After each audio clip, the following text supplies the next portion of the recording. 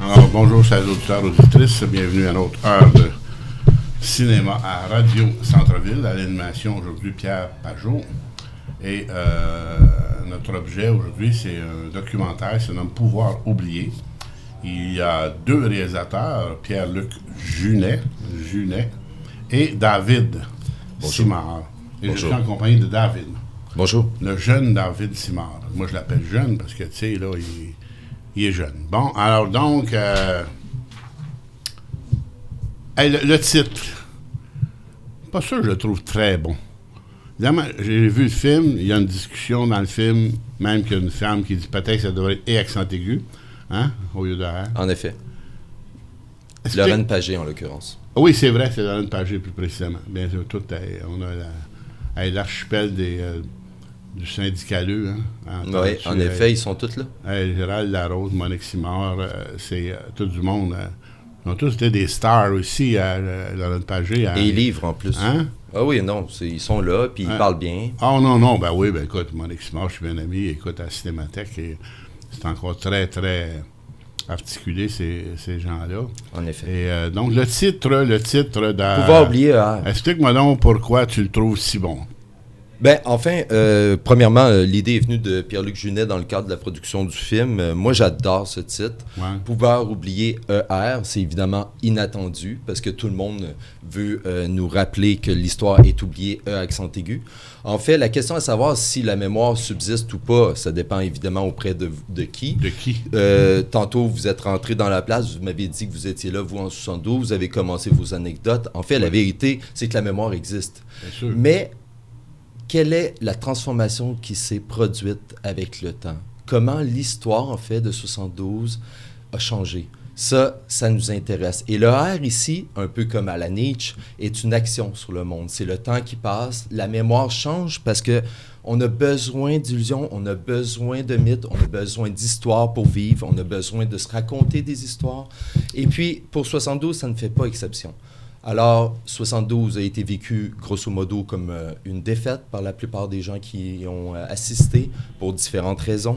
La grève de mai a pris fin comme sans succès, après une loi spéciale et tout ça. Mais aujourd'hui, on veut s'en rappeler de manière grandiose.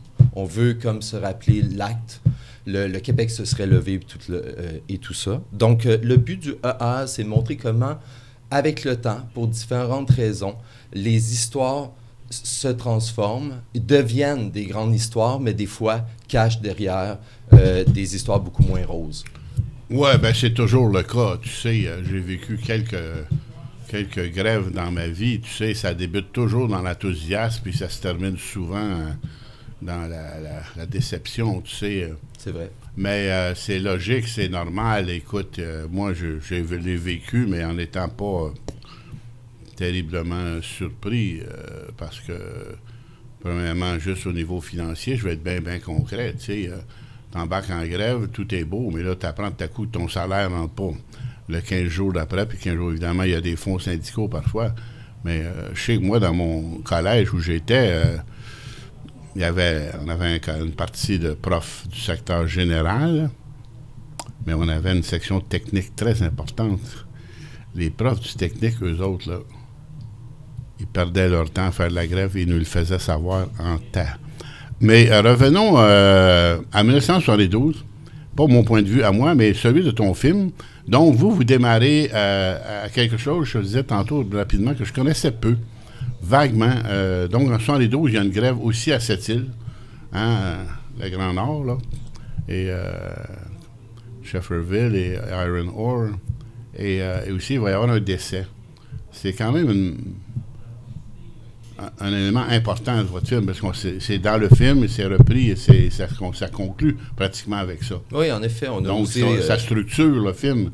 Carrément, parce qu'on croit que la mort d'Herman, sur le plan symbolique, comme est quelque chose de vraiment fondamental, a joué un rôle aussi concrètement, mais qui est indéchiffrable, évidemment, parce que lorsque les chefs étaient en prison, par exemple, puis qui ont appris la mort d'Herman à cette île suite à cette révolte, c'est clair que ça a détonné dans leur esprit sérieusement parce qu'ils se sentaient en partie responsables, on s'entend, en tout cas du moins, c'était pas ce qu'ils avaient souhaité. Et puis cette présence de Herman, en quelque sorte, en 72 a disparu, c'est-à-dire que on l'a refoulé, puis tout ça. Donc, en mettant Herman, la mort d'Herman à cette île, au zénith des événements insurrectionnels ou proto-insurrectionnels qui se sont produits au centre du film, on essaie de faire une petite analogie, de montrer finalement la tragédie que peut aussi représenter 1972 pour bien des gens. Le mot tragédie est intéressant. Il y a un film aussi, évidemment, il y a plusieurs films que vous citez dans votre film, mais peut-être y revenez tantôt. Mais il y en a un, évidemment, qui pour moi était important aussi à l'époque, c'est Le Mépris n'aura qu'un temps, qui en plus était produit par la CSN, il faut le faire. Oui. Et aussi, La Motte à l'époque, je ne sais pas si tu connais les textes à l'époque, La Motte, c'était fait varloper, entends-tu, mes amis là, de ML, parce qu'il avait mis une dimension tragique. Dans l'imagerie, dans la bande sonore et tout ça, il voulait aussi qu'il y ait une dimension. Comme Gilles Groux dans 24 heures au plus, qui est notre inspiration principale, on a mis des scènes de Le Mépris n'aura qu'un temps. La vérité, c'est que les militants ont bien de la misère avec le tragique, mais il y a une tendance vraiment profonde chez les révolutionnaires du 19e siècle et du 20e siècle, auxquels j'appartiens, sans aucun doute, qui accueillent le tragique pour ce qu'il est. C'est-à-dire qui voit justement les errements des idées révolutionnaires, qui voit l'idéalisme parfois, qui évidemment critique les militants qui transforment les histoires en belles histoires. C'est bel et bien notre volonté d'accueillir aussi comme la tristesse, les désaccords et les contradictions. Donc oui, quand on met un aspect tragique dans un film, tout de suite, en général, je vous dirais, les syndicats, mais pas juste, là, les gens de gauche comme le rejettent d'un trait. Tout à fait. C'est comme ça, je t'assure. Moi, j'étais là... C'est ça, la première mondiale de Le Mépris n'aura qu'un temps. Tu sais que ce film-là, en fait, était conçu en 3 parties. Hein? Oui. Le film arrêtait. Et là, moi, j'étais les jeunes oreilles et les propos violents, anti-capitalistes que j'ai entendus au moment des pauses du Mépris n'aura qu'un temps m'ont un peu ébranlé à l'époque. Et, notre film n'aura pas le même sera pas un déclencheur pareil parce qu'évidemment, la gauche n'est pas dans le même état. Non. Mais, chose certaine, on joue sur les mêmes eaux, effectivement. Dans les mêmes eaux. C'est bien.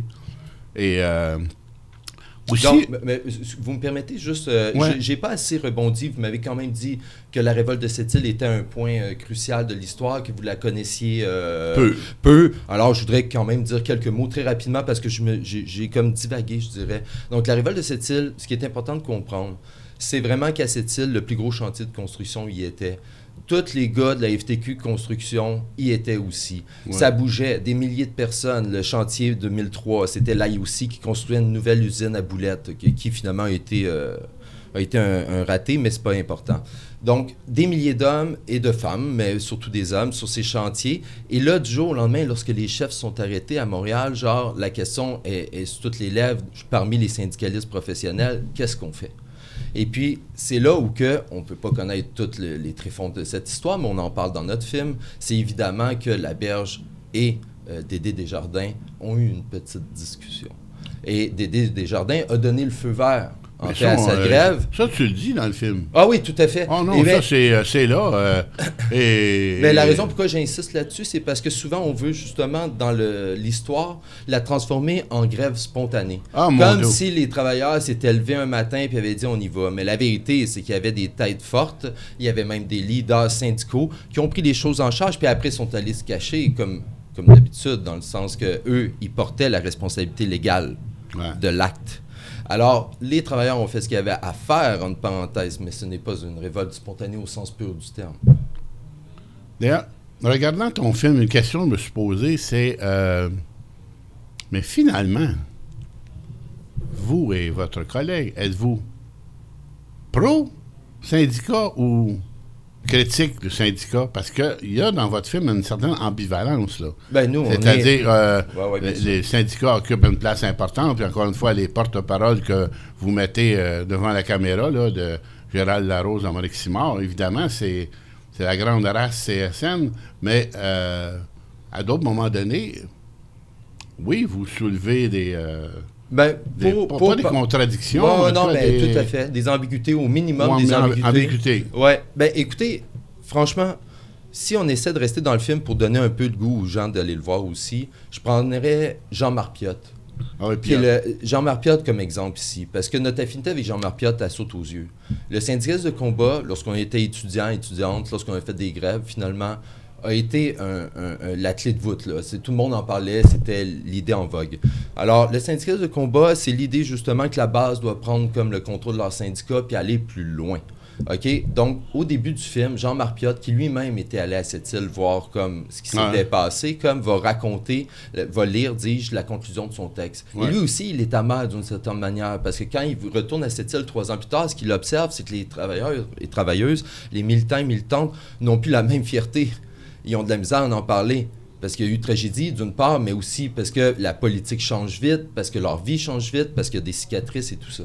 Mais Jean-Marc Piot était un révolutionnaire. Il était remarquable pour ça à l'époque, puis dans le film, on l'a placé au centre, puisqu'il était à cette île. Le film, il termine le film. Donc, notre affinité avec Jean-Marc Piot est évidente, mais on est déçus, pas juste avec Jean-Marc Piot, mais avec d'autres militants et militantes de la tendance qu'ils vont prendre. Ah ouais, hein, ça cogne à côté. M'excuse, mon ami. Il n'y a pas de problème. Ça fait partie là, de notre radio communautaire. Alors, n'est-ce pas, Hugo? C'est ça. Donc, on est proche de Jean-Marc Piot. Est-ce que Jean-Marc Piot était critique des syndicats? Oui, toute sa vie. Puis nous aussi. Puis la vérité, c'est qu'on est des conseillistes. C'est-à-dire qu'on pense que les travailleurs et travailleuses, lorsqu'ils se prennent en charge vraiment, des fois, ils voient contre eux. Qui voit contre eux des fois? Au premier plan, les syndicats, pour différentes raisons. C'est une longue histoire, mais chose certaine, la fondation du Front commun, c'est vraiment le moment où que la structure la plus définitive du syndicalisme est mise en place. Puis cette structure-là, elle est plus que lourde, elle est bureaucratique, elle est lente, elle est ingérable, elle est contradictoire, elle a tellement de défauts. C'est tellement facile de l'être. À la fin, tu as un gars qui est aussi questionnable, là, Jocelyn Dupuis, hein, qui est connu pour d'autres raisons. Jocelyn a eu ses procès, lui, mais qui est quand même un vrai militant et qui dit, moi, je pense qu'aujourd'hui, ce n'est plus ce que ça devait être. Il dit, en fait, ce qui est sur le bout des lèvres de tous les syndicalistes, mais il l'a juste dit à haute voix parce qu'il n'a plus rien à perdre. Il n'a plus rien à perdre. C'est juste ça. Ouais. Si on va dans les terrains, ils sont tous fâchés, ils sont tous déçus, ils chialent contre les travailleurs et travailleuses, ils chialent les uns contre les autres, blablabla. Mais dans les faits, l'idée, c'est qu'on serait plus assez combatif, qu'on aurait perdu quelque chose. Jocelyn va le dire. C'est pas si grandiose, mais Jocelyn a eu le courage de le faire. C'est comme... Ouais. Voilà. Je vous rappelle, on parle du documentaire Pouvoir oublier et je suis avec David Simard, hein? C'est ça, oui, Simard. C'est bien ça. Et il y a aussi une autre affaire qui m'a assez frappé, c'est que, donc, moi, j'ai eu aussi mes jeunes années d'enseignant, c'était à l'époque, les années 70, écoute. Moi, j'ai fait un 45 heures uniquement avec les écrits de Mao Tse-tung. Il y a de mes anciens élèves, le Francis Van Den Heuvel, il n'en revient pas encore, il m'en parle. Et j'ai été allé dans des manifestations marxistes-léninistes par curiosité pour le voir. Mais il y a une chose qui est sûre, c'est que pour les marxistes, les nationalistes et l'évêque et dans ton film et tout ça, c'est pas la même monde, là. En principe. Pour les marxistes, moi, ce que j'entendais, c'est que le nationalisme québécois... c'est quasiment anti-révolution, c'est pas la bonne façon de voir la lutte des classes sociales et qu'il y avait un antagonisme que moi, je te parle ce que j'ai vécu, ce que j'ai entendu. Et toi, quand même, l'année Lévesque est bel et bien présent dans ton film, mais c'est comme parce que tu voulais montrer l'angle aussi nationaliste ou...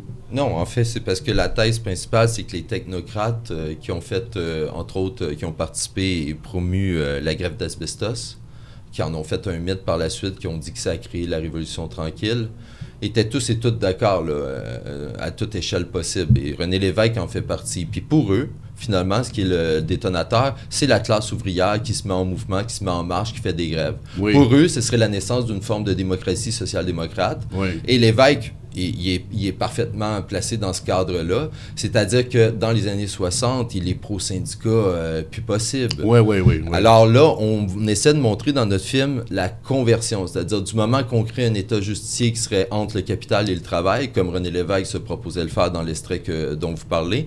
Là, ensuite, il y a un glitch. Il y a un glitch parce qu'ils vont prendre le pouvoir, parce que finalement, les belles idées vont s'effondrer, parce que finalement, l'État, comme qui voulait la justice, devient vengeur. Ouais. Parce que c'est bien... Mais, tu sais, pour revenir à 72, moi, je l'ai vécu, la grève des enseignants de l'intérieur, et on a quand même... Il y avait un objectif, je me souviens, c'était le fameux 100 $. Ça, écoute, ça a été clamé sur tous les toits. Et d'une certaine façon, ça a été atteint. Fait qu'il y a eu une dimension réussie à la grève de 72. Puis l'idée, effectivement, qu'ils ont mis ensemble tous les syndicats, et dans le fond, on voit bien aujourd'hui que ça ne tient pas le coup facilement, mais bon, ça a été... moi, je voyais ça comme une grande période. Tu sais, le Québec... c'est l'ensemble de la province de Québec là, qui naît. On a parlé de la Révolution tranquille 1 milliard de fois. Et là, il y a comme un mouvement des jeunes, j'en suis, de boomers, et c'est comme... On rêve. Pierre en fait partie. Et il fallait qu'il y ait des rêves quand même. Hein? Ah oui, tout à fait. Mais donc, dans les faits, sous l'aspect strictement pécunier, qu'on aborde vraiment superficiellement à la fin, parce que dans le fond... On montre que c'est un cycle sans fin, là, la lutte pour les salaires, en fait. Puis que sérieusement, il y a quelque chose de déprimant. Si c'est ça, les syndicats, franchement, on est là-dedans. Là. Se battre pour 2 piastres de plus, ça n'a pas le même enthousiasme que 100 piastres par semaine à l'époque. Mais oui, ça a été une négociation suite à un échec monumental de la grève elle-même, avec une loi spéciale qui a assommé tout le monde. Ça a été une négociation a posteriori, en sortant de prison, dans des conditions effroyables, qui a porté fruit. Je veux dire, franchement, il y a eu le 100 piastres par semaine, mais il y a eu plus que ça. Ils ont vraiment défini un cadre de négociation. Les écarts de salaire ont beaucoup diminué. Les salaires ont vraiment augmenté globalement. D'ailleurs, les gens qui étaient dans le secteur public, là, après 72, ils en parlent, là, ils ont acheté des maisons, ça va bien pour eux. Là. Je l'ai vécu. Mais ça, personne nie ça. Puis dans les faits, le problème, c'est plutôt le renversement du rêve dans cette réalité bien quotidienne de l'argent, qu'on pourrait appeler de la classe moyenne. Ce rêve-là, lui, il est carrément décevant. Puis les syndicats, malheureusement, ne parlent que de ça aujourd'hui. Juste de petites luttes pour avoir un peu plus d'argent. Donc, c'est ce rêve-là qu'on a perdu en contrepartie. C'est ça qui est triste, en fait. Oui, c'est certain. Mais, en tout cas, moi, je te dis, je l'ai vécu, puis c'était comme... m'y attendais. Moi, c'était comme... non, moi, je sais pas, peut-être je suis fait de même, mais voyons donc. C'est impossible que tu maintiennes un degré d'enthousiasme pendant 3 mois.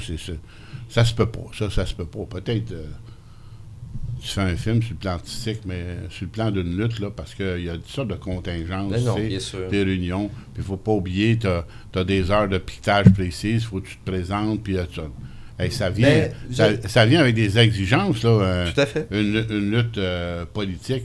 Tu sais, ça peut pas être mené dans l'anarchie totale. C'est bien beau, Trotsky, mais ça marche pas. Non, ben moi, en tout cas, je suis pas pro-Trotsky, mais chose certaine, en tout cas, si jamais il fallait que je cible un vrai ratage qui a laissé des marques indélébiles à l'époque, puis dont on n'a plus les mots pour parler parce que ça a été effacé avec le fameux oubli ER, c'est la grève d'avril, qui a été une grève majoritairement composée de femmes, qui a été une grève au pied des hôpitaux, au pied des écoles. Cette grève qui finalement était plutôt douce, hein, il faut s'en rappeler, mais qui a duré, puis qui a fait réveiller chez des gens des plus ordinaires, en effet, comme le rêve d'avoir des vraies bonnes conditions de travail. Ah okay? oui, ça, là, ça a été... Dans ton film. Ça vient là qui vient du film de Denis Arcand. Hein, en effet. Puis ça, là, ben, dans le fond, ça a fini par une loi spéciale qui a été acceptée par les syndicats, qui se sont soumis à cette loi spéciale-là. Et bien, voilà le destin depuis.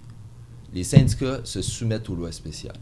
Et ça, sérieusement, c'est ça le coup de réalisme, le réalisme politique le plus dur qui a été porté. Puis la grève de mai, finalement, c'est juste une étincelle, genre pour dire nous existons, nous sommes fiers, nous continuons malgré tout. Mais la grève d'avril, elle a été écrasée, la loi spéciale a gagné, l'État est plus fort. Et c'est là, si jamais moi j'avais un espoir pour le syndicalisme, c'est là qu'il fallait continuer. 1, 2, 3, je ne sais pas ce que ça aurait donné, mais c'est là qu'il fallait continuer. C'est cet espoir-là que je porte malgré tout. Ouais.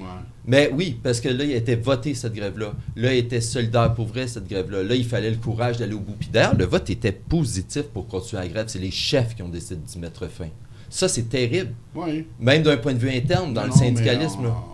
Mais tu sais, il y avait, comme en 72, il y avait 3 chefs, tu sais, puis entre nous autres, dans le discours où on se tenait, on savait très bien que, hey, la berge, le voyons donc, ça, c'était un vendu, guillemets, c'était un gagné d'avance. Pépin est à l'autre bout. Tu sais, c'était comme il y avait une différence de point de vue au pouvoir très grand entre les trois chefs. Il faudrait s'attendre à ce que ça donne des différents. Là, on est très pointu dans les années 72. Mais pour revenir à l'ensemble de ton film, donc, moi, j'ai trouvé ça intéressant quand même que tu amènes un point de vue, je vais dire critique, là, parce que oui, il y a encore aujourd'hui des propos incendiaires et des propos, encore une fois, dans la grève là, de la construction là, qui a commencé hier, tu sais. Puis les gars de la construction aussi, c'est spécial, ça. C'est une femme prof qui le dit, là. Mais ça va mener vers où, tu sais? Ça va toujours finir peut-être en queue de poisson, tu sais, on s'en doute à chaque fois. Ton film, le but, c'est un peu comme réveiller à ces questions historiques-là, dans le fond. Hein? Ça a une dimension historique, ton film, très clairement, de...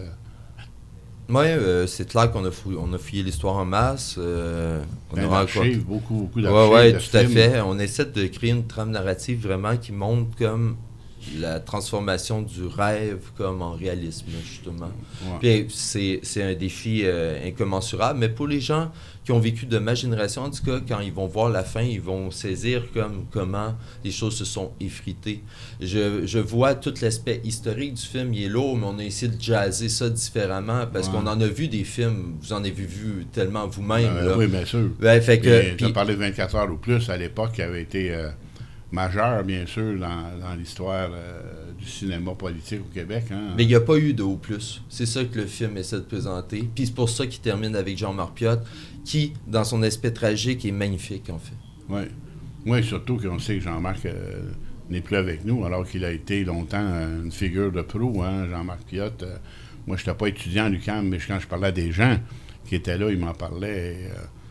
Mais moi, je l'ai connu avec le triangle Gilles Groux, Piot, Straram. C'est ça que j'ai connu. J'ai même peut-être plus connu Straram, moi. Oui, la revue qu'ils ont faite ensemble sur le cinéma de combat est fort intéressante avec des trucs... Et Gilles Groux aussi, que j'avais fait venir, moi, à mon collège, présenter un film. C'était un personnage super brillant.